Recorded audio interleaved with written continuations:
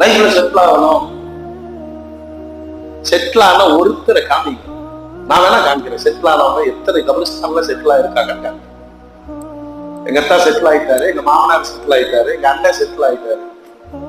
என்ன கான்செப்ட் புரியலையே. துனியாவில் செட்டில் ஆகுவது என்ன? ஒரு வீடு கட்டின செட்டில் ஆயிருந்தீங்களா?